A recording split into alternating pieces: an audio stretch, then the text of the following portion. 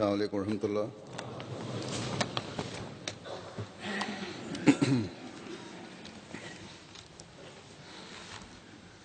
اشہد ان لا الہ الا اللہ وحدہ لا شریک لہ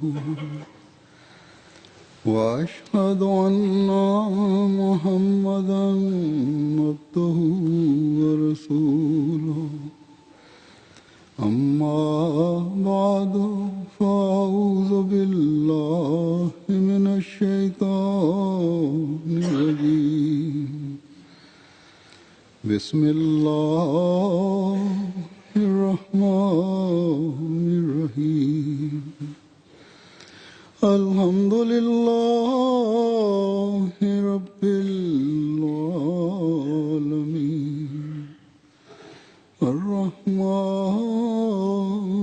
الرحیم مالک یوم الدین. ایاک نعبد وایاک نستعین. اهدنا الصراط المستقیم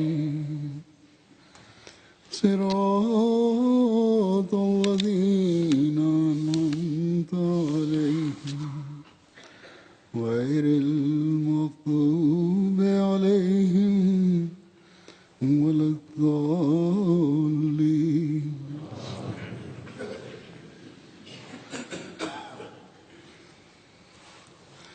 میں نے صحابہ حضرت مسیح موعود علیہ السلام کے واقعات اور روایات کا جو سلسلہ شروع کیا ہوا ہے، اس کے جو مختلف عنوان بنائے تھے وہ بیان ہوتے رہے.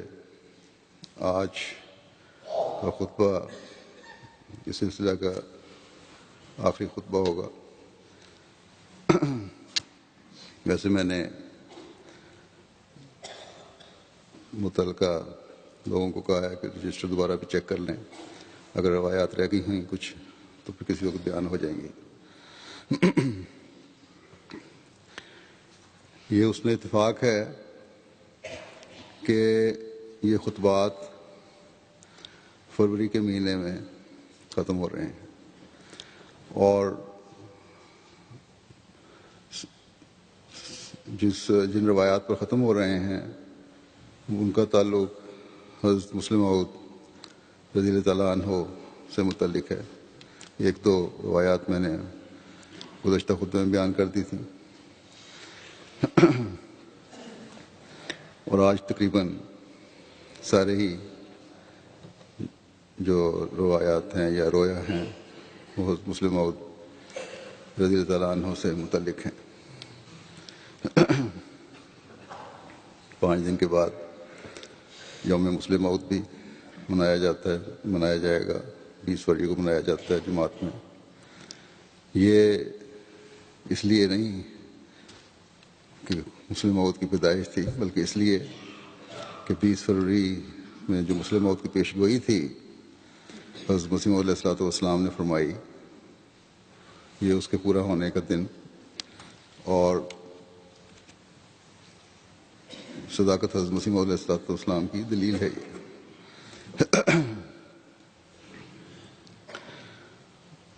حضرت مسلم موعود رضی اللہ عنہ کی پیدائش تو 20 فروری کی نہیں تھی.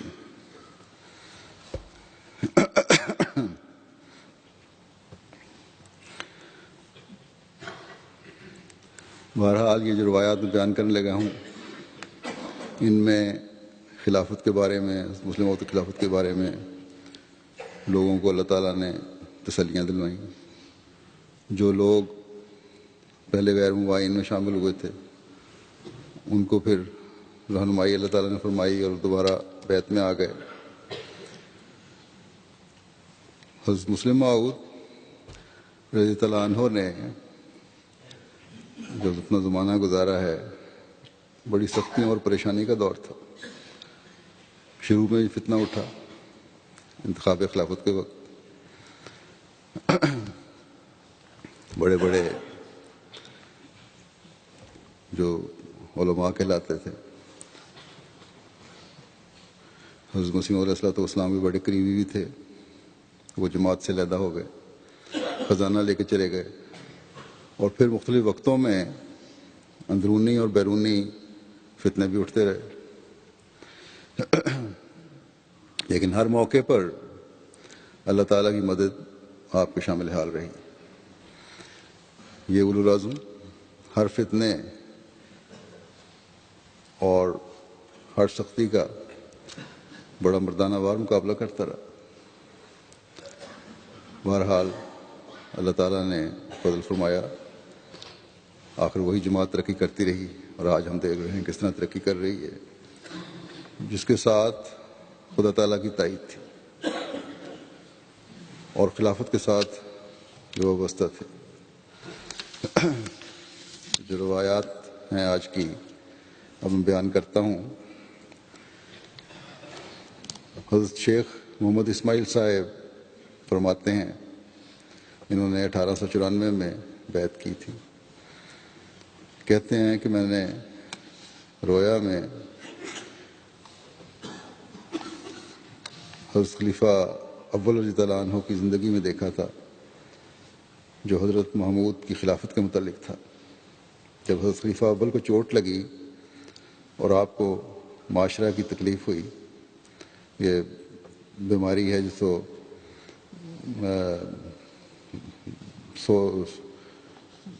خون کے دباؤ میں یا جسم میں سوجن وغیرہ ہو جاتی ہے کسی وجہ سے, اور پیٹ کی بھی خرابی ہوتی ہے. بہرحال کہتے ہیں آپ کو معاشرہ کی تکلیف ہوئی تو میں نے حضرت محمود کے ہاتھ پر ہاتھ رکھ کر یہ اقرار کیا تھا کہ میں آپ کا پہلا غلام ہوں. تو مجھے آپ نے فرمایا کہ سمجھ میں نہیں آیا.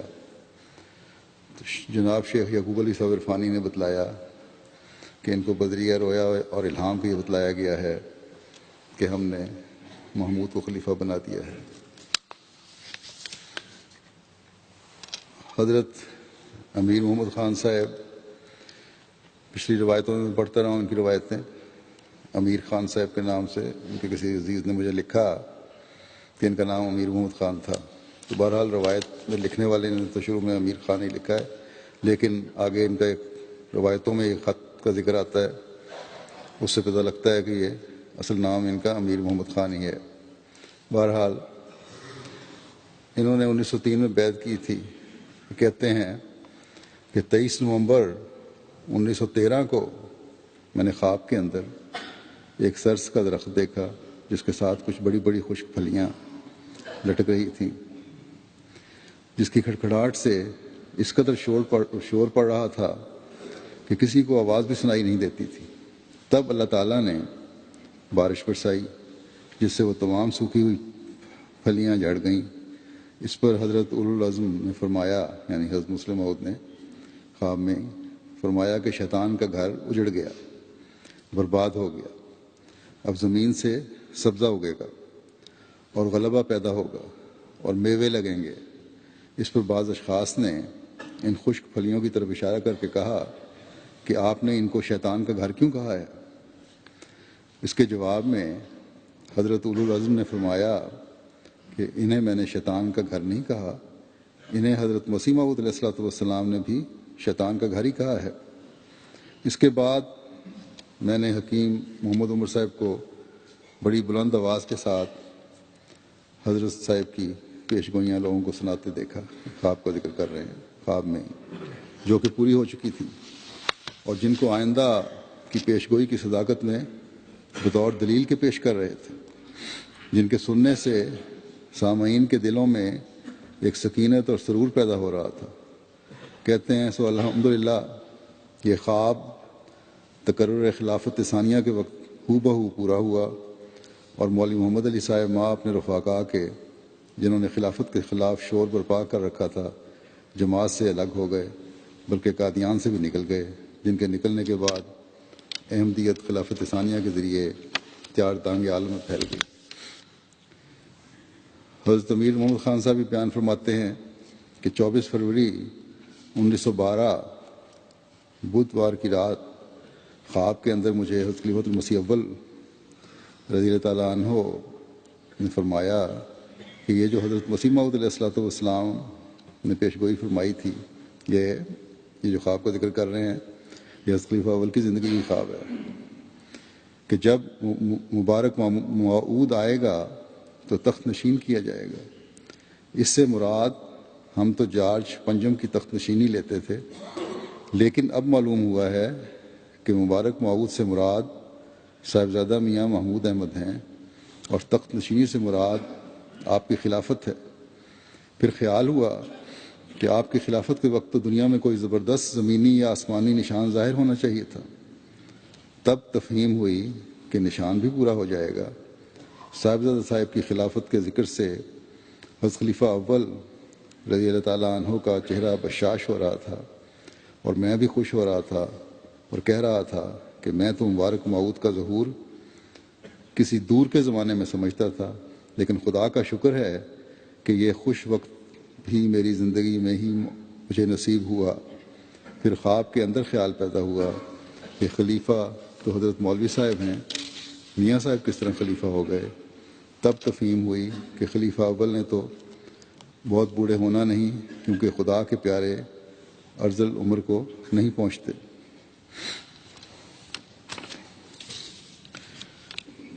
بعض لوگ موت کا سوال اٹھا دیتے ہیں، تو ان کو اس زمانے میں بھی خواب کے ذریعے اللہ تعالیٰ نے بتا دیا۔ حضرت خیر الدین صاحب جن کی بیعت 1906 کی ہے، فرماتے ہیں کہ ایک دفعہ میں نے دیکھا کہ حضرت خلیفۃ المسیح ثانی ایدہ اللہ تعالیٰ کا دانہ ہاتھ 11 کرم لمبا ہو گیا۔ کرم ایک پیمانہ ہے جو دیہاتوں میں زمینوں کی پیمائش کے لیے استعمال کیا جاتا ہے، 5.5 فٹ کا، یعنی 55 فٹ لمبا ہو گیا۔ اس میں بتایا ہے کہ خدا تعالیٰ نے ان کو غیر معمولی طاقت عطا فرمائی ہے جس کا کوئی مقابلہ نہیں کر سکے گا۔ اسی حالت میں دیکھا کہ آپ کا چہرہ مبارک مغرب کی طرف ہے اور ایک چھوٹی سی دیوار پر رونق افروز ہیں اور آنکھوں سے آنسو جاری ہیں۔ میں نے عرض کیا کہ حضور آپ روتے کیوں ہیں؟ آپ نے فرمایا اس واسطے روتا ہوں کہ لوگ مجھے معبود نہ بنا لیں۔ حضرت خیر الدین صاحب ہی روایت کرتے ہیں کچھ دن ہوئے ایک خواب دیکھا ہے کہ حضرت خلیفۃ المسیح ثانی ایدہ اللہ تعالیٰ لوگوں کو چٹھیاں دے رہے ہیں۔ وہ چٹھیاں ان آدمیوں کی ہیں جن کے مقام آسمان میں ہیں، ان کے درجے کے مطابق ہر ایک کو چٹھی دیتے ہیں۔ میں نے خیال کیا کہ میں بھی حضور سے پوچھتا ہوں کہ آیا میرے لیے آسمان میں کوئی مقام ہے؟ چنانچہ میں نے پوچھا کہ حضور میرے لیے بھی آسمان پر مقام ہے؟ آپ نے فرمایا کہ ہاں تمہارے لیے بھی آسمان میں جگہ ہے۔ ان سب باتوں سے میں نے یہی سمجھا ہے کہ جو کچھ خاکسار کو نظر آ چکا ہے یا نظر آ رہا ہے، یہ سب کچھ نور نبوت کی شعاؤں سے ہے۔ حضرت خلیفہ نور الدین صاحب سکنہ جموں فرماتے ہیں 1891 کی ان کی بیعت ہے دسمبر کی، کہ مجھے 1931 میں کشفی حالت میں ایک بچہ دکھایا گیا جس سے سب لوگ بہت پیار کرتے تھے۔ میں نے بھی اسے گود میں اٹھا لیا اور پیار کیا۔ اگرچہ وہ چھوٹا سا بچہ ہے مگر لوگ کہتے ہیں کہ اس کی عمر 43 سال کی ہے۔ مجھے القاء ہوا کہ اس کشف میں جو بچہ دکھلایا گیا ہے وہ حضرت مرزا بشیر الدین محمود احمد خلیفۃ المسیح ہیں۔ 1931 میں آپ کی عمر 43 سال کی تھی، اور یہ جو حضرت مسیح موعود علیہ الصلوۃ والسلام کی پیش گوئی اشعار میں درج ہے کہ بشارت دی کہ ایک بیٹا ہے تیرا جو ہوگا ایک دن محبوب میرا، اس میں لفظ ایک میں بھی اشارہ 1931 کی طرف ہے، کیونکہ بحساب ابجد ایک کے عدد 31 ہیں، یعنی الف یہ کاف ایک جو ہے اس کے عدد جو ہیں وہ 31 بنتے ہیں ابجد کے حساب سے۔ اور روحانی تقیہ کمال بھی 40 سال کے بعد شروع ہوتا ہے، اس لیے اس کشف میں بچہ 43 کا دکھایا گیا۔ حضرت رحم الدین صاحب جمال الدین صاحب فرماتے ہیں، بیعت ان کی 1902 کی ہے، کہ خلافت ثانیہ کے وقت میں نے رویا دیکھا کہ مولوی محمد علی صاحب MA کرسی پر بیٹھے ہیں اور میاں صاحب خلیفہ ثانی پاس کھڑے ہیں۔ تب میرے دیکھتے دیکھتے مولوی محمد علی صاحب کا چہرہ اور جسم چھوٹا ہونا شروع ہوا اور بالکل چھوٹا ہو گیا جیسے بچے کا جسم ہوتا ہے، اور حضرت میاں صاحب کا جسم بڑھتے بڑھتے بہت لمبا، یعنی آپ کے قد سے بھی زیادہ قد وغیرہ ہو گیا اور بڑے روب و جلال والا ہو گیا۔ تب میں بہت متعجب ہوا، اور جس وقت صبح ہوئی تو تمام شکوک و شبہات دل سے نکل گئے اور میں نے آپ کی بیعت کر لی۔ پہلے ان کے دل میں کچھ شکوک تھے، الحمدللہ علی ذالک۔ پھر حضرت امیر خان محمد خان صاحب کی روایت ہے، کہتے ہیں جن دنوں قبل از خلافت حضرت امیر المومنین خلیفۃ المسیح ثانی حج کو تشریف لے گئے تھے، ان ایام میں میں نے خواب کے اندر مسلمانوں کو کفار کے ہاتھ گھرے ہوئے دیکھا، یعنی کفار نے مسلمانوں کو گھیرا ہوا ہے۔ جب کوئی صورت چارہ کار نہ رہی تو ہم میں سے ایک شخص آسمان کی طرف اڑا اور وہ آسمان سے کبھی ہیکل مخلوق کو ساتھ لایا جس نے آتے ہی کفار کو بھگا دیا۔ چنانچہ میں نے یہ خواب حضرت اولو العزم کی خدمت بابرکت میں آپ کے حج کے سفر میں مکہ مدینہ میں تحریر کیا اور عرض کیا کہ حضور کا یہ سفر خدا کی رضا اور اس کے قرب کے حصول کا ذریعہ ہو، اور خواب میں میں نے جو کسی کو آسمان پر جاتے دیکھا اس سے مراد آپ کا سفر حج ہو، اور کبھی ہیکل مخلوق کے نزول سے آپ کی دعاؤں کے ذریعے فرشتوں کا نزول ہو جن کے ذریعے خدا تعالیٰ کفار کو نیست و نابود کرے۔ چنانچہ میرا خیال ہے کہ حضور نے حج سے واپسی پر مسجد نور میں تقریر فرماتے ہوئے میرے اس خط کا ذکر فرمایا تھا۔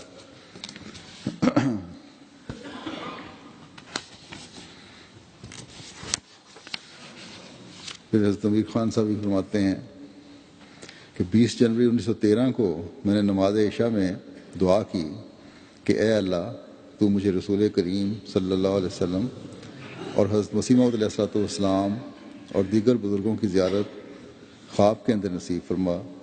جب میں سو گیا تو کیا دیکھتا ہوں کہ ایک میدان میں بہت سے بزرگان دین جمع ہیں اور سب کے سب دعا میں مشغول ہیں، جن میں حضرت خلیفۃ المسیح ثانی بھی ہیں، اور آپ کے اور میرے آگے چنبیلی کے پھول ہیں جن کی ہم خوشبو لے رہے ہیں۔ حضرت خلیفہ ثانی نے مجھے فرمایا کہ پھولوں کو سونگتے وقت ناک سے نہیں لگانا چاہیے بلکہ ذرا ناک سے فاصلے پر رکھنے چاہیے تاکہ پھولوں کی خوشبو نفاست سے آئے۔ حضرت امیر خان صاحب بھی کہتے ہیں کہ 1913 کی رات میں نے خواب میں دسمبر 1913 خواب میں حضرت میاں صاحب اولو العزم کے ہمراہ ایسے گھروں کا نظارہ دیکھا جن کے نیچے سمندر گھس آیا ہے اور وہ بے خبری میں تباہی کے قریب پہنچ گئے ہیں، جن کی تعبیر منکرین خلافت کے انکار خلافت سے پوری ہوئی۔ پھر کہتے ہیں کہ فروری 1930 کی درمیانی رات کو میں نے خواب میں دیکھا کہ میں ایک زینے پر چڑھ رہا ہوں اور میرے پیچھے حضرت ام المومنین صاحبہ بھی چڑھ رہی ہیں۔ جب میں نے حضور کی طرف دیکھا تو میں بوجہ آپ کے ادب کے گھبرا گیا، یعنی حضرت ام المومنین کی طرف دیکھا تو گھبرا گیا، مگر حضرت ام المومنین صاحبہ نے عذرائے شفقت فرمایا کہ ڈرو مت، تم بھی ہمارے بچے ہی ہو۔ پھر میں ایک زینے سے ہو کر ایک اور مکان کے اندر چلا گیا اور وہ مکان بھی حضرت مسیح موعود علیہ السلام کا ہی مکان ہے۔ کیا دیکھتا ہوں کہ وہاں خاندان حضرت مسیح موعود علیہ السلام میں مجھے ملازمت ملتی ہے، مگر تنخواہ میری سب انسپیکٹری کی تنخواہ سے بہت کم ہے، جسے میں نے مشورے کے بعد قبول کر لیا۔ پر مجھے ایک شخص پوچھتا ہے کہ تم نے پہلی ملازمت کس لیے چھوڑ دی؟ میں نے کہا کہ فلاں شخص نے میرے ساتھ دھوکہ کیا۔ پھر ایک اور شخص یا وہی شخص مجھے پوچھتا ہے کہ تم دیر سے کیوں آئے؟ میں نے کہا کہ میرے جو مہمان آئے ہوئے تھے وہ بیمار تھے، ان کی تیمارداری کی وجہ سے دیر ہو گئی، جس پر حضرت ام المومنین صاحبہ نے فرمایا کہ تیمارداری کی وجہ سے دیر ہو ہی جایا کرتی ہے۔ پھر اس کے بعد میں کیا دیکھتا ہوں کہ چند آدمی حضرت خلیفۃ مسیح ثانی کے مکان میں گھس آئے ہیں اور وہ شورش کرنا چاہتے ہیں۔ میرے ہاتھ میں تلوار ہے میں نے تلوار سے سب کو بھگا دیا۔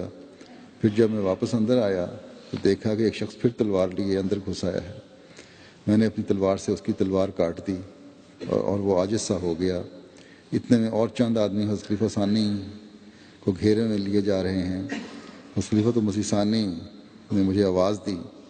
میں نے اس ہجوم کو بھی منتشر کیا اور ایک اور شخص کو جو کہ فتنے کا بانی مبانی تھا اسے تلوار سے قتل کرنا چاہا، مگر وہ میری طرف منہ کر کے پیچھے کی طرف ہٹتا گیا اور میں بھی اسے آگے رکھ کر اس کی طرف بڑھتا گیا، یہاں تک کہ میں نے اسے گھیر کر قتل کر دیا۔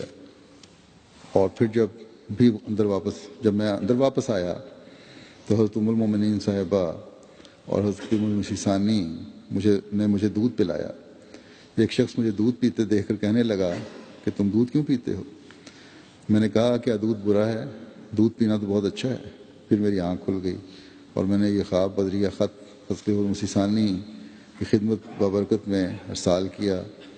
حضور نے 5/3/30 کو پرائیویٹ سیکرٹری صاحب کے ذریعے جواب فرمایا کہ خواب اچھی ہے، اللہ تعالیٰ آپ سے کوئی سلسلے کی خدمت لے لے گا۔ اس کے بعد اپریل 30 کو پھر میں نے حضور کی خدمت میں خط لکھا کہ بحضور سیدنا امامنا حضرت امیر المومنین السلام علیکم، یہ شعر لکھا اس پہ کہ ہر بلا کہ این قوم راحت دادا است، زیر آن گنجے کرم پنہادہ است۔ مستریوں کی فتنہ انگیزی اور پولیس کی ناجائز کارروائی سن کر دل قابو سے نکلا جا رہا ہے۔ تھوڑا ہی عرصہ ہوا تو میں نے خواب میں شریروں کا ایک گروہ حضور کے گرد جمع دیکھا جسے میں نے بدریہ تلوار کے منتشر کیا اور ان کے سرغنہ کو قتل کیا۔ یہ خواب میں نے حضور کی خدمت میں تحریر کیا تھا، جس پر حضور نے رقم فرمایا تھا کہ خدا تعالیٰ تم سے کوئی خدمت دین لے لے گا۔ سو میں اس خدمت کے لیے ادائیگی کے لیے نہایت بےتابی سے چشم برآ ہوں، لیکن میں نہیں جانتا کہ یہ کس طرح ادا ہوگی۔ سوائے دعا اور خدا کی استمداد کے اور کوئی ذریعہ نہیں پاتا۔ حضور سے التجا ہے کہ میرے لیے دعا فرمائی جائے کہ خدا میری کمزوریوں سے درگزر فرما کر میری دعاؤں کو قبول فرمائے اور مجھے خدمت دین کے حصول کا عملی موقع عطا کرے۔ وسلام امیر محمد خان، سب انسپکٹر اجتماع راتیات، ضلع جلندھر۔ کہتے ہیں کہ الحمدللہ ثم الحمدللہ کہ 7 سال کے بعد میری یہ خواب حرف بحرف پوری ہوئی۔ یعنی 1924 میں نے ایک اعلیٰ افسر کے اجماع پر ملازمت سے استعفیٰ دیا، جو بعد میں اس کی دھوکہ دہی ثابت ہوئی، کیونکہ اس نے بعض وجوہات کی بنا پر مجھے کہا تھا کہ میں بھی ملازمت چھوڑ رہا ہوں، تم بھی چھوڑ دو، لیکن پتہ لگا کہ اس نے خود اب تک ملازمت نہیں چھوڑی اور اشتمال اراضیات میں مجھے 90 روپے ماہوار تنخواہ ملتی تھی اور اب قادیان میں صرف 20 روپے لے رہا ہوں، جیسا کہ خواب میں بتلایا گیا تھا۔ اور ملازمت بھی انجمن کی نہیں بلکہ تحریک جدید کی ہے، جو خاص حضرت خلیفۃ المسیح ثانی کی تحریک ہے، اور 1934 سے ملازمت سے برطرف ہو کر آخر 1936 تک بوجہ خانگی کاروبار گھر پر رہا اور اب یہاں آ کر خوارج کے فتنے کو بچشم خود دیکھا اور دعاؤں کی توفیق پائی، اور فخر الدین صاحب بانی سرغنہ کے قتل کا واقعہ بھی بچشم خود دیکھا۔ عطا کی تو نے میری سب مرادات، کرم سے تیرے دشمن ہو گئے مات۔ حکیم عطا محمد صاحب جن کی بیعت 1901 کی ہے، فرماتے ہیں کہ حضرت خلیفہ ثانی کی بیعت کے غالباً 1 ماہ بعد حکیم احمد دین صاحب شاہدرہ سے لاہور میرے مکان پر آئے اور فرمانے لگے کہ چلو آج محمد علی صاحب سے مسئلہ نبوت پر کچھ گفتگو کرنی ہے۔ میں بھی ان کے ساتھ ہو گیا۔ وہاں مسجد میں دوستانہ طور پر حکیم احمد دین صاحب اور مولوی محمد علی صاحب نے گفتگو شروع کر دی۔ کوئی 15-20 منٹ تک سلسلہ جاری رہا اس بات پہ کہ حضرت مسیح علیہ السلام نبوت تھے کہ نہیں تھے، نبی تھے کہ نہیں تھے۔ کہتے ہیں بعد میں ہم سب اپنے اپنے گھر آ گئے۔ رات کو میں نے دعا کی کہ الہی، مولوی محمد علی نے جو بیان کیا ہے وہ کچھ سچ معلوم ہوتا ہے، یعنی کچھ شبہ ڈال دیا حضرت مسیح علیہ السلام کی نبوت کے بارے میں۔ میرے دل کو تو خود ہی سنبھال۔ میں نے رات کو خواب میں دیکھا کہ حضرت مسیح علیہ الصلوۃ والسلام تیزی سے گھبرائے ہوئے آئے ہیں اور فرمایا کہ وہ دیکھو۔ میں نے دیکھا کہ ایک کبوتر باز نہایت غصے سے بھرا ہوا اس کبوتر کی طرف دیکھ رہا ہے جو کہ دوسرے کبوتر باز کی چھتری پر جا بیٹھا ہے۔ پھر حضرت مسیح علیہ السلام نے فرمایا کہ دیکھو کبوتر باز کو جو کہ دوسرے کی چھتری پر جا بیٹھے نہایت حقارت سے دیکھتے ہیں، اس لیے تم بھی کبھی پیغام بلڈنگ میں نہ جایا کرو۔ میں نے عرض کیا کہ حضرت میں کبھی نہیں جاؤں گا۔ پھر میری نیند کھل گئی اور اللہ کے فضل کا شکریہ ادا کیا۔ ڈاکٹر عبدالغنی صاحب کڑک فرماتے ہیں، جنہوں نے 1907 میں بیعت کی، کہ زمانہ گزرتا گیا اور حضرت خلیفہ اول رضی اللہ عنہ کی وفات ہو گئی۔ نیروبی کے تمام احمدیوں نے اس وقت حضرت خلیفہ ثانی کی بیعت کر لی، مگر میں اور محمد حسین صاحب بٹ مرحوم اور خواجہ قمر الدین صاحب مرحوم محروم رہے اور ہم نے بیعت نہ کی۔ بعد ازاں مجھے ہندوستان جانے کا موقع ملا تو میں ملازمت سے الگ ہو گیا تھا۔ لڑائی شروع ہو گئی اور میں ہندوستان میں رہا، اور پھر وہیں ہندوستان میں مجھے میڈیکل کالج لاہور میں ہیڈ لیبارٹری اسسٹنٹ کی ملازمت مل گئی۔ ان دنوں میں پیغام بلڈنگ میں بہت جایا کرتا تھا اور طبیعت کا رجحان اور خیالات اہل پیغام کے ساتھ ہی تھے۔ وہاں نماز پڑھا کرتا، درس بھی وہیں سنا کرتا، اور وقتاً فوقتاً اختلافی مسائل پر تبادلہ خیالات بھی ہوتا رہتا تھا۔ جناب ڈاکٹر مرزا یعقوب بیگ صاحب مرحوم سے میں نے ایک دفعہ دریافت کیا کہ اس اختلاف میں کون حق بجانب ہے؟ اس کے جواب میں ڈاکٹر صاحب مرحوم نے کہا کہ سمجھدار لوگ تو سب ہمارے ساتھ ہیں، جتنے بڑے بڑے سمجھدار ہیں وہ تو ہمارے ساتھ آ گئے ہیں۔ انہی دنوں میں حاجی محمد موسیٰ صاحب کی دکان پر بھی جایا کرتا تھا۔ وہاں منشی محبوب عالم صاحب جو آج کل راجپوت سائیکل ورکس کے پروپرائٹر ہیں، ان سے بھی ملا کرتا تھا اور اختلافی مسائل پر گرما گرم گفتگو ہوا کرتی تھی۔ منشی صاحب کچھ سخت الفاظ بھی استعمال کیا کرتے تھے، مگر میں سمجھتا تھا کہ منشی صاحب سخت کلامی کرتے ہیں۔ چنانچہ منشی صاحب نے عادتاً کرتے ہیں۔ چنانچہ منشی صاحب نے ایک دفعہ مجھے کہا کہ تم پیغام بلڈنگ میں کیا کرنے جاتے ہو؟ میں نے کہا کہ قرآن مجید کا درس دینے جاتا ہوں۔ تو کہنے لگے کہ روزانہ وہاں سننے جاتا ہوں، ہونا چاہیے میرا خیال ہے۔ کہنے لگے کہ روزانہ وہاں جاتے ہو، آج ہمارے ساتھ بھی قرآن مجید سننے کے لیے چلو۔ ان دنوں نماز میاں چراغ الدین صاحب مرحوم کے مکان پر ہوا کرتی تھی اور درس بھی وہیں ہوتا تھا جو حضرت مولانا غلام رسول صاحب راجے کی دیا کرتے تھے۔ جب میں پہلی دفعہ گیا تو پارہ سیقول کی کے پہلے ہی رکوع کا درس تھا، دوسرے پارے کا۔ مولانا راجے کی صاحب ایک روانی کے ساتھ مستحکم اور مدلل طور پر قرآن مجید کی تفسیر کر رہے تھے، جو میں نے اس سے پیشتر کبھی نہ سنی تھی۔ اس وقت مولوی صاحب کی شکل کو جب میں نے دیکھا تو میرا خیال تھا کہ یہ شخص تو کوئی جاٹ معلوم ہوتا ہے، اس نے کیا درس دینا ہے؟ مگر میری حیرانی کی کوئی حد نہ رہی جب میں نے دیکھا کہ مولوی صاحب نکات و معارف کا دریا رواں ہیں مولوی صاحب سے۔ چنانچہ میں نے منشی محبوب عالم صاحب کے پاس بھی مولوی صاحب کی تعریف کی۔ اس پر انہوں نے کہا کہ تمہارے مولوی محمد علی صاحب نے بھی ان سے قرآن کا علم حاصل کیا ہے۔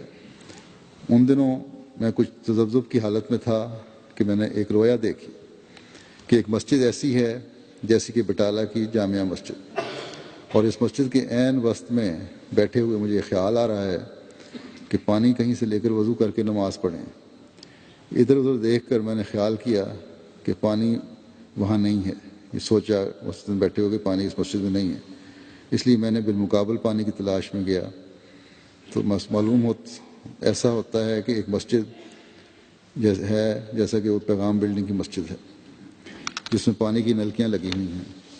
میں وہاں پر وضو کرنے کے لیے نلکی کھولتا ہوں تو ایسا معلوم ہوتا ہے کہ پہلے صاف پانی آیا ہے، مگر بعد گدلا سا پانی جس میں میل کسی کثافت ہے، جس کو پنجابی میں پنا اور انگریزی میں ایل جی کہتے ہیں، کائی جو کہتے ہیں، وہ نکلی ہے پانی میں سے اور میرے ہاتھوں پر پڑ گیا، جس سے میں نے یہ خیال کیا یہ تو بڑا میلا پانی ہے، اور وہ بھی ختم بھی ہو گیا۔ اس کے بعد میں نے اسی مسجد کی طرف، یعنی جو پہلی مسجد تھی یہاں بیٹھا ہوا تھا، واپسی کا ارادہ کیا، اور وہ دیوار جو اونچی معلوم ہوتی ہے اس پر میں چڑھ رہا ہوں،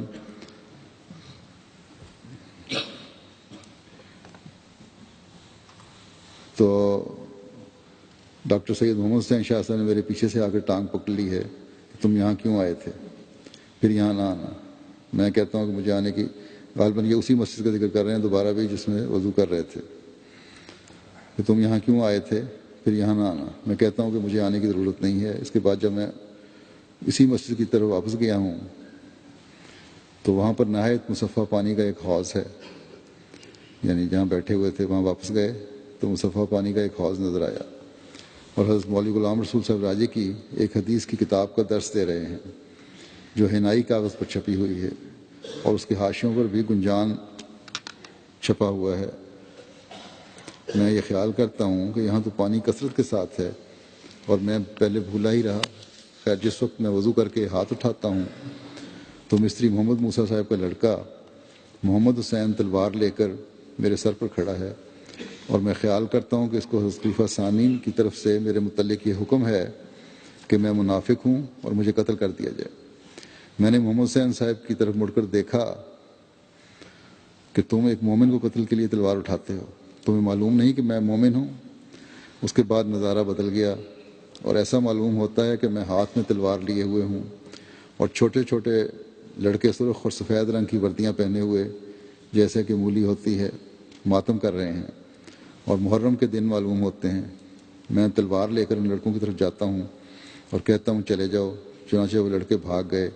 اس کے بعد ایسا معلوم ہوتا ہے کہ میرے لڑکے عبدالغفور خان کا مکان ہے، اور میں اس کمرے میں داخل ہونے کے لیے جب جاتا ہوں تو پولیس کے سپاہی تلاشی لینے کے لیے آئے ہیں، اور میں خیال کرتا ہوں کہ میرے پاس جو تلوار بغیر لائسنس ہے اس کی تلاشی کے لیے آئے ہیں، مگر میں دل میں خیال کرتا ہوں کہ یہ تلوار تو میں افریقہ سے لایا ہوں۔ اس کے بعد میری آنکھ کھل گئی۔ اس رویا کو میں نے شاید چند ایک دوستوں کے پاس بھی بیان کیا، اور شاید مجھے مستری محمد موسیٰ صاحب نے کہا کہ کاش کہ خواب میں قتل کر دیے جاتے تو بہت اچھا ہوتا، کہ منافقت بالکل مٹ جاتی۔ اسے دیکھنے کے بعد بھی انہوں نے بیعت نہیں کی تھی۔ کہتے ہیں اس کے بعد پھر میں نے حضرت خلیفہ ثانی کی بیعت کر لی، اور پھر میں خدا تعالیٰ کے فضل سے سلسلے سے اخلاص و محبت میں ترقی کرتا گیا۔ حضرت خیر الدین صاحب بھی فرماتے ہیں کہ جب احرار کا فتنہ بھڑکا تو خاکسار نے دیکھا کہ حضرت امیر المومنین کے ایک طرف یوسف نامی شخص لیٹا ہوا ہے اور دوسری طرف حضور کے شیر محمد لیٹا ہوا ہے۔ تو اس میں جناب الہی نے یہ بتایا کہ واقعہ میں یہ یوسف تو ہے، مگر بعض لوگ حضور کی ترقی کو دیکھ کر جل رہے ہیں، مگر اس کے ساتھ کیونکہ غیر معمولی خدائی طاقت ہے اس لیے جلنے والے کچھ نہیں کر سکیں گے۔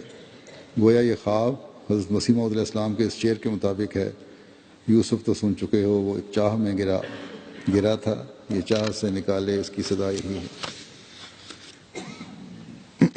حضرت ڈاکٹر نعمت خان صاحب بیان کرتے ہیں 1896 کی ان کی بیعت ہے کہ جب خلافت ثانیہ کا وقت آیا تو میں نے بیعت کا خط حضرت امیر المومنین کی خدمت میں لکھا، اور ان دنوں میں شاید رخصت پر ریاست نادوم ضلع کانگڑا میں اپنے گھر پر تھا۔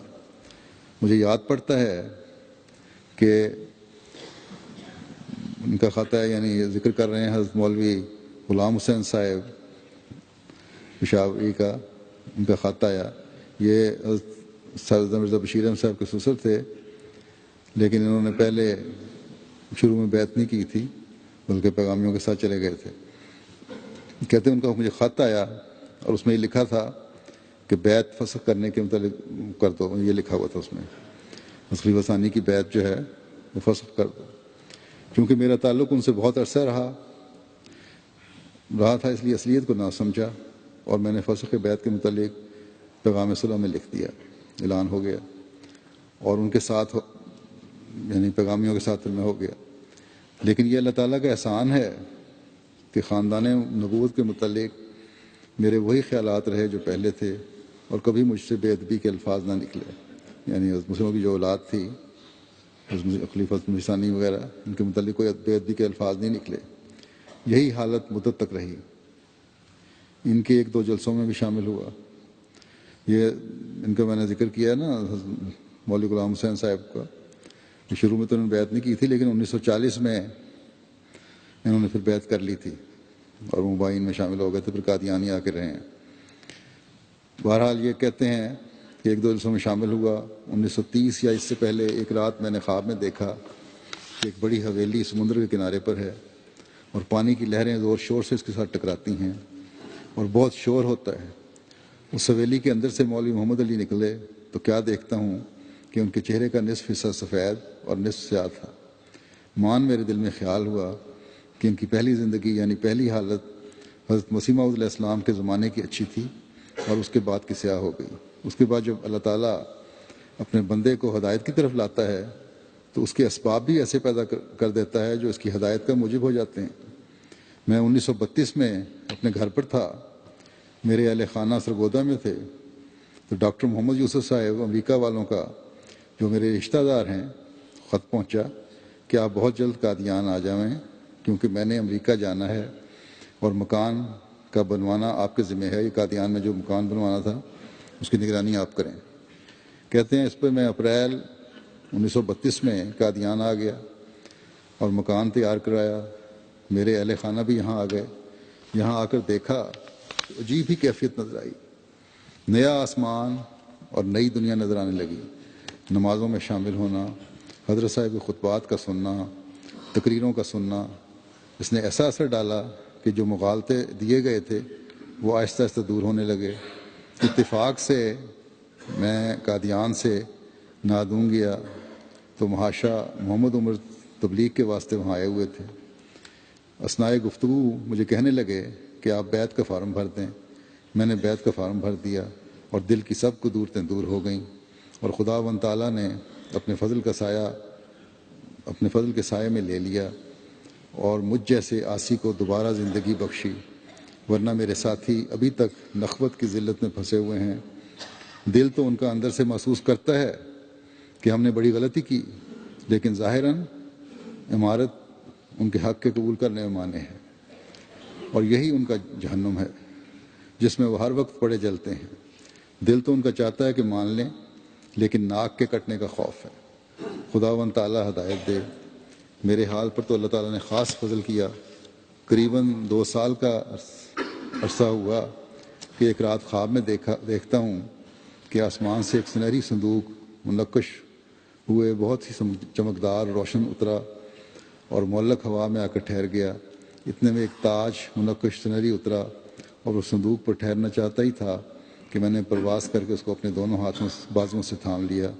اس کا تھامنا تھا کہ تمام دنیا کے کناروں سے یک زبان آواز سنائی دی کہ اسلام کی فتح، اور ایسا شور ہوا کہ میری آنکھ کھل گئی اور یہ اسی وقت میرے دل میں ڈالا گیا تھا کہ تاج برطانیہ کا ہے.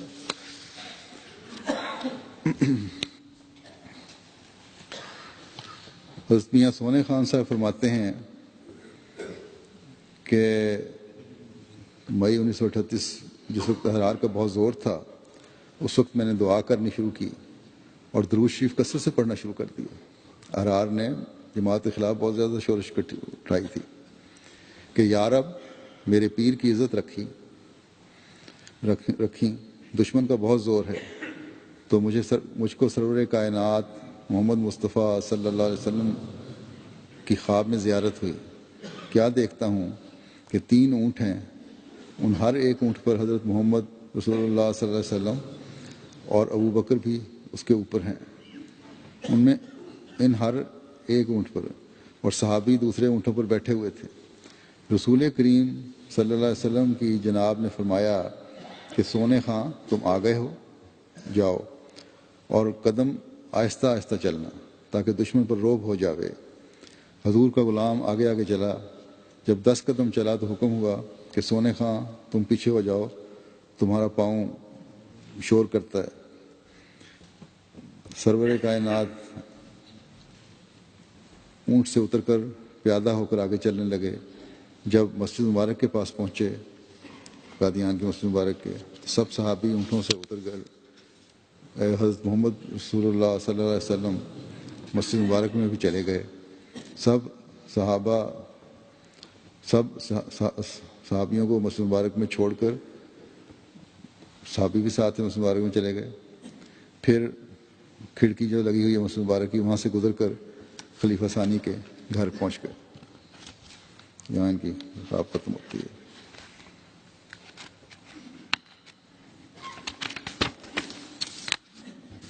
بس خیر الدین صاحب بیان کرتے ہیں کہ ایک دفعہ میں نے دیکھا کہ امیر کابل کہتا ہے کہ میں نے اپنا پیسہ بھیج دیا ہے، پیچھے آپ بھی آ رہا ہوں۔ جب مستریوں نے ایک فتنہ برپا کیا تو اس وقت یہ مستریوں کا فتنہ جو تھا یہ اندرونی فتنہ تھا، ایک وہاں قادیان میں بڑا شور مٹایا تھا انہوں نے، تو اس وقت میں نے دیکھا کہ حضرت خلیفہ ثانی آسمان پر ٹہل رہے ہیں۔ گویا اس میں یہ بتایا کہ ان کا اتنا اونچا مقام ہے کہ ان کے مقام تک پہنچنا نہایت ہی مشکل ہے، گویا محال ہے۔ یہ بھی معلوم ہوا کہ دنیا کے لوگ جتنا چاہیں زور لگا لیں، خدا کے فضل سے ان کا کوئی نقصان نہیں کر سکیں گے، کیونکہ ان کا قدم مبارک بہت بلندی پر ہے۔ یہ حضور علیہ السلام کے اس شعر کے متحد ہے کہ آسماں کے رہنے والوں کو زمین سے کیا نکار۔ میاں سونے خان صاحب، حضرت میاں سونے خان صاحب فرماتے ہیں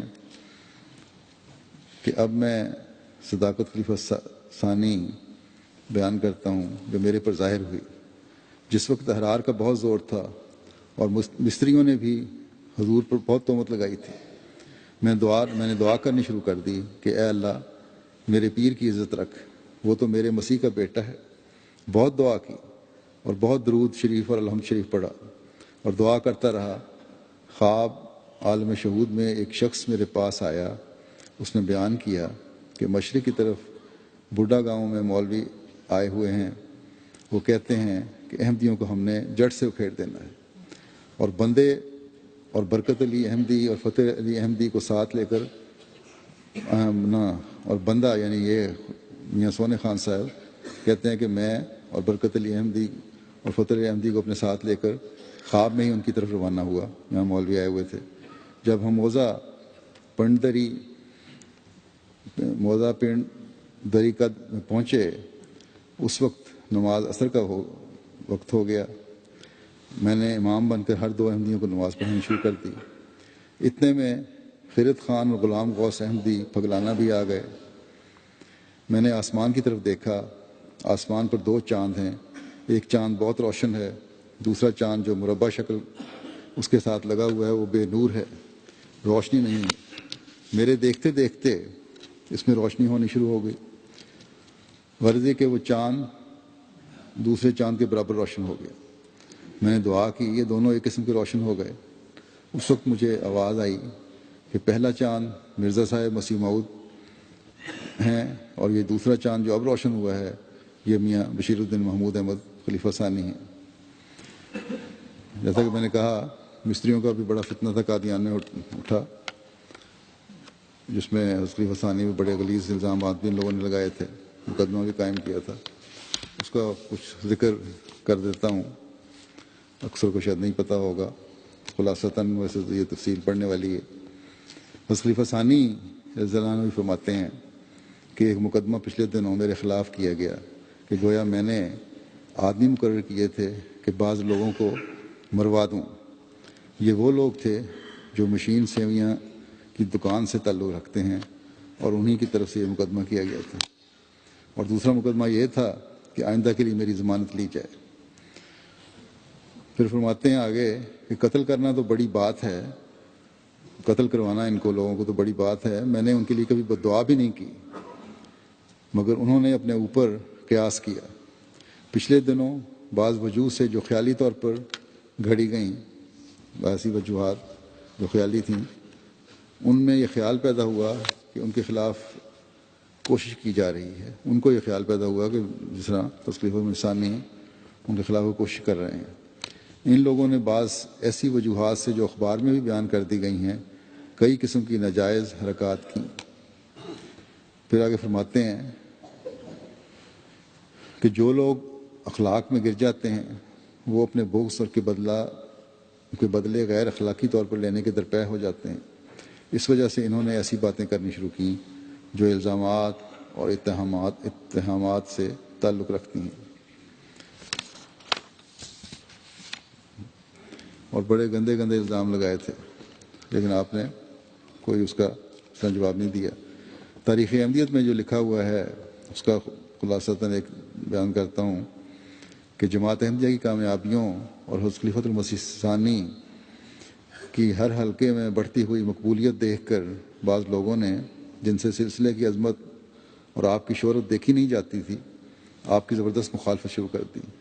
چنانچہ اس غرض کے لیے قادیان کے بعض مستری جو مشین سیمیاں کی دکان چلاتے تھے اعلیٰ کار بنائے گئے، جنہوں نے حضرت خلیفہ ثانی پر اقدام قتل کا مقدمہ کرنے کے علاوہ ایک اخبار مباہلہ نامی جو قادیان سے جاری ہوتا تھا جاری کر کے آپ کی ذات مقدس پر شرمناک حملے کیے اور اپنی دشنام ترازی اور اشتعال انگیزی سے جماعت کے خلاف ایک طوفان بدتمیزی کھڑا کر دیا۔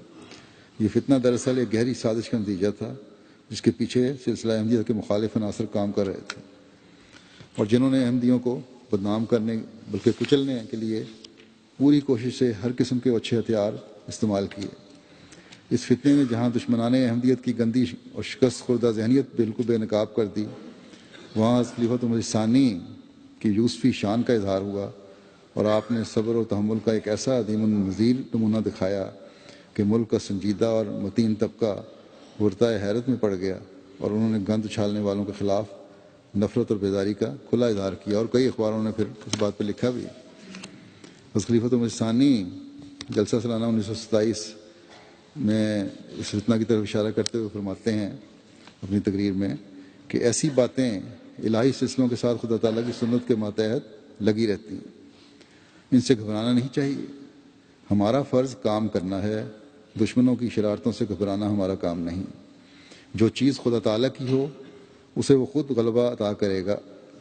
اللہ تعالیٰ اپنی چیزوں کی آپ حفاظت کرتا ہے۔ اگر سلسلہ احمدیہ کسی بندے کا سلسلہ ہوتا تو اتنا کہاں چل سکتا تھا؟ یہ خدا کا ہی سلسلہ ہے، وہی اس کی پہلے حفاظت کرتا رہا ہے اور وہی آئندہ کرے گا انشاءاللہ۔ خدا تعالیٰ نے مجھے بتلایا ہے کہ شوکت و سلامتی، سعادت اور ترقی کا زمانہ عنقریب آنے والا ہے۔ کہنے والے نے کہا ہے، دیکھوں گا کہ کس طرح جماعت ترقی کرتی ہے، مگر میں بھی دیکھوں گا کہ میرے خدا کی بات پوری ہوتی ہے یا اس شخص کی۔ چنانچہ وہ فتنہ بھی عجیب طرح ختم ہوا کہ وہی لوگ جس کے پاس حکومتی کارندے بھی مدد کر رہے تھے وہ حکومت کے خلاف ہی بدل گیا، اور ایک دنیا نے دیکھ لیا کہ خدا کی بات پوری ہوئی اور یہ فتنہ آپ مر گیا اور بہت بری طرح مرا۔ اب بھی جو کبھی بھی جو پلاننگ کی جاتی ہے، اسکیمیں بنائی جاتی ہیں، منصوبے بنائے جاتے ہیں جماعت کے خلاف، وہ اگر ان کو حکومتیں مدد کریں تو حکومتوں کے خلاف ہی ہو جاتے ہیں۔ یہی ہم نے دیکھا۔ مگر اللہ تعالیٰ جماعت کو ہر قسم کے فتنوں سے محفوظ رکھے اور ہمیں ترقیات دکھاتا چلا جائے۔ یہ ان صحابہ کا جن کا ذکر ہوا ہے، ان کے درجات بلند فرمائے اور ہمیشہ ان کی نسلوں کو بھی جماعت کے ان کی دعاؤں کا بھی وارث بنائے اور ان کے نقش قدم پر چلنے کی توفیق عطا فرمائے۔ جماعت کے تمام افراد کو بھی ہر قسم کے شر اور فتنہ سے بچائے اور خلافت احمدیہ کے ساتھ مضبوط تعلق قائم کرنے کی سب کو توفیق عطا فرمائے۔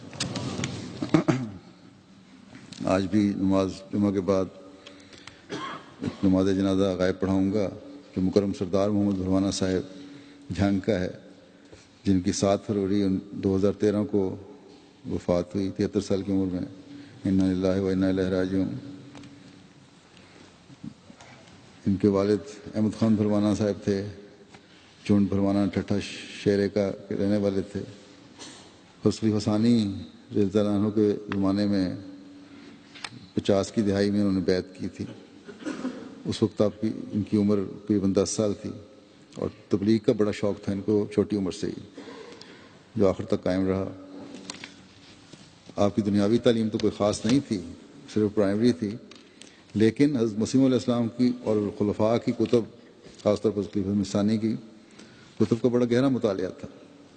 جھنگ کے دیہاتی ماحول میں لوگوں کی تباہی کے لحاظ سے آپ نے صداقت احمد کے دلائل تیار کر رکھے تھے جو مقامی جھنگوی زبان میں پیش کرتے تھے، جن کا سننے والوں پر بہت اثر ہوتا تھا۔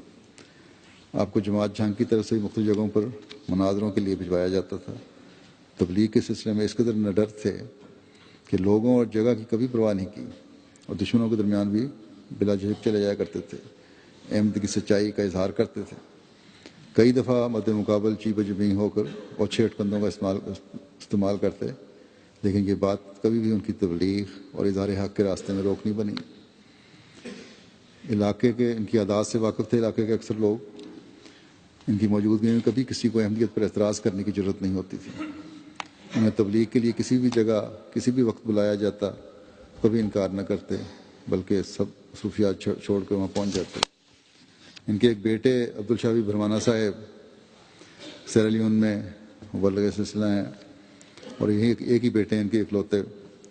وہ لکھتے ہیں کہ ایک مرتبہ مجھے اپنے ساتھ لے گئے اور تمام رات اپنے ایک دوست کو جو ان دنوں جھنگ آیا ہوا تھا صداقت احمدیت کے دلائل سمجھاتے رہے۔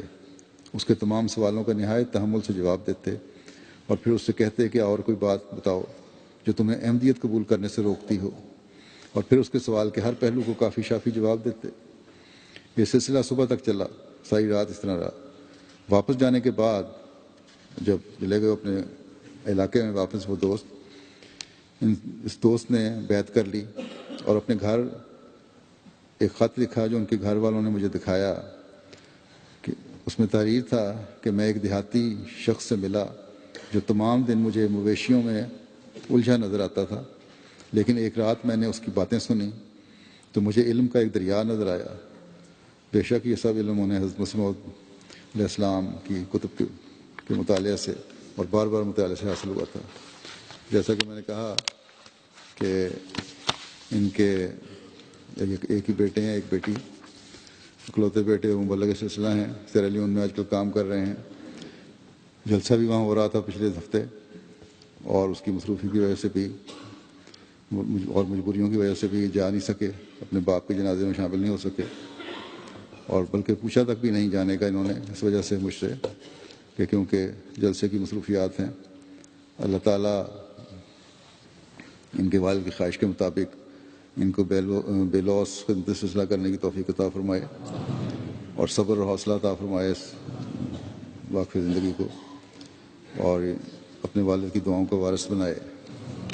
اللہ تعالیٰ مرحوم کے ساتھ مغفرت کا سلوک فرمائے، درجات بلند فرمائے، اور سب کو صبر جمیل عطا فرمائے، ان کے جو لواحقین ہیں۔